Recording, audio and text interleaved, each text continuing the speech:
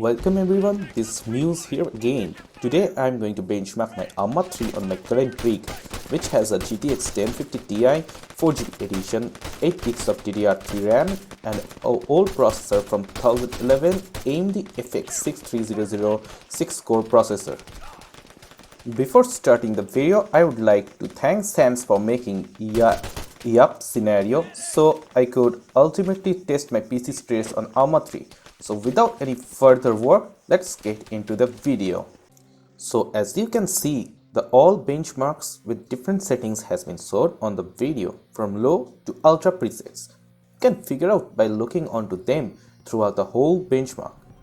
At the end of the video, I will show you the average frame rates of each settings. One thing to be noticed that this benchmark is really heavy CPU extensive. In real-time game, you get much better performance than this benchmark.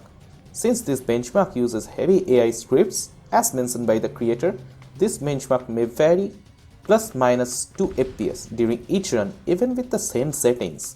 You can expect 2 to 4 FPS boost without recording. Well, to be honest, I expected this type of results from this stress test. It looks like my CPU is having a summer blast in winter, which is quite good since I don't got any heater on my room.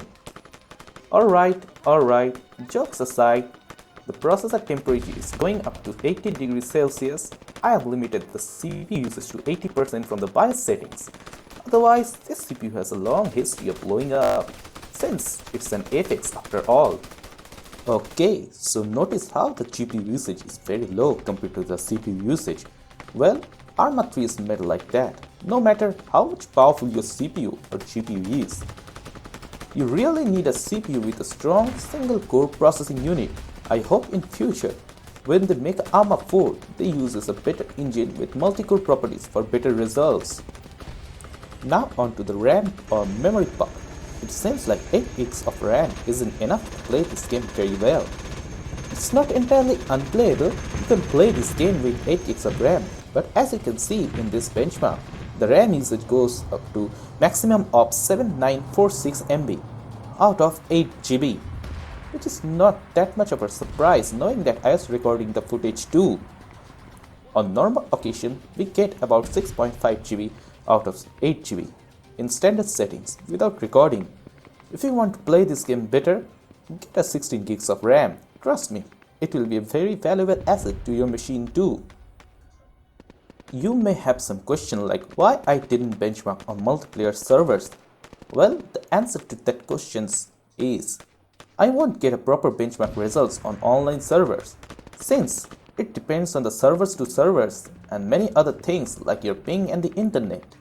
Aside from that, it also depends on the server and sub-admins that what type of mods, AIs and settings they have on their servers.